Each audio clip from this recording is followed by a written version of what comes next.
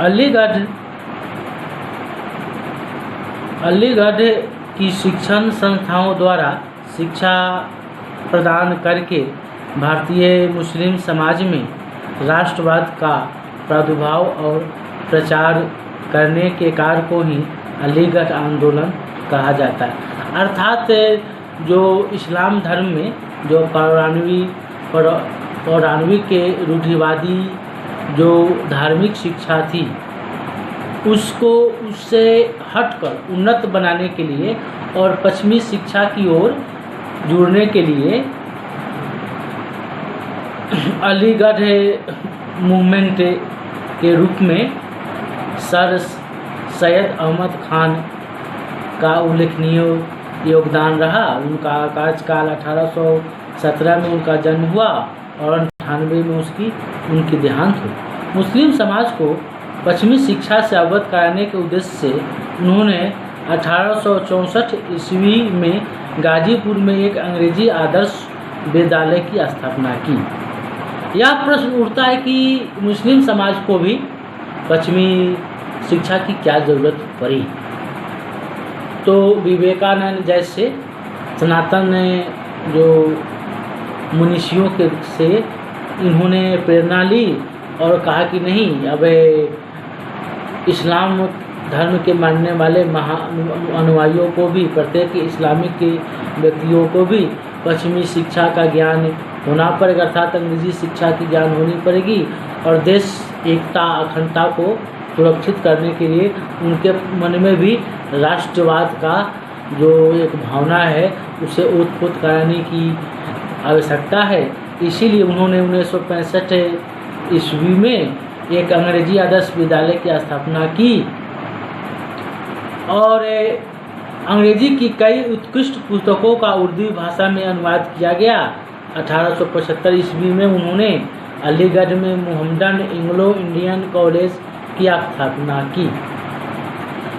थोड़े ही समय में यह कॉलेज पश्चिमी साहित्य, संस्कृति, ज्ञान विज्ञान प्रचार का एक माध्यम बन गया। सर सैयद अहमद खान द्वारा अलीगढ़ में स्थापित शिक्षण संस्थाओं के माध्यम से मुसलमानों में राष्ट्रीय चेतना का भाव जागृत किया जाता था। भारतीय राष्ट्रीय कांग्रेस की स्थापना के पश्चात कांग्रेस के समकक्ष एक अन्य राष्ट्रीय संस्था के गठन में Aligarh Mohammedan Anglo Indian college ने अहम योगदान दिया। यानी कि जो सबसे जो प्रथम और पुरानी जो एक पढ़े लिखे समृद्ध सम्रांत व्यक्तियों का जो एक दल था भारतीय राष्ट्रीय कांग्रेस, उसके विपरीत एक इस्लामिक राष्ट्रीय मंच के गठन होने में सर सैयद अहमद खान और अलीगढ़ जो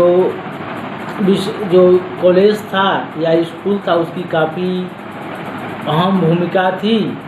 और क्योंकि इसमें एंग्लो इंडियन कॉलेज जो थी वह बहुत ही महत्वपूर्ण भूमिका अदा की।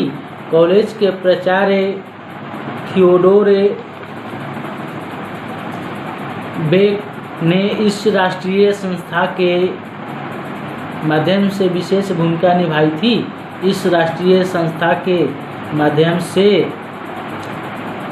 भारतीय मुसलमानों की पश्चिमी शिक्षा एवं संस्कृति के संपर्क में आने का रास्ता खुलवाया।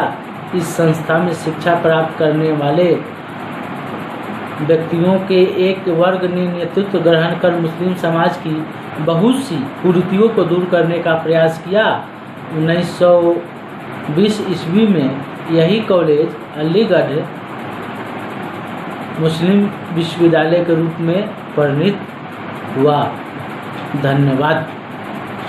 अगले एपिसोड में हम समाचार पत्रों की भूमिका के बारे में हम बच्चों को सामने फिर उपस्थित होंगे। शुभ संध्या। धन्यवाद।